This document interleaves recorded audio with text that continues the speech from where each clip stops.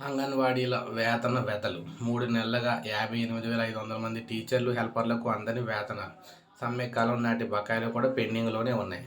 ఆర్థిక ఇబ్బందితో సతమతమవుతున్న అంగన్వాడీ బడ్జెట్ సమస్యతోనే వేతనాలు నిలిచిపోయంటున్నారు సంక్షేమ శాఖ కమిషనర్ గారు.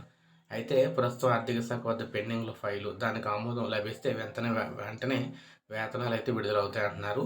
సో మనకి తెలంగాణలో మొత్తంతో ఇదే ప్రాబ్లం అనమాట. అంగన్వాడీ టీచర్లు, హెల్పర్లు వేతనాల కోసం అల్లాడుతూ ఉన్నారు.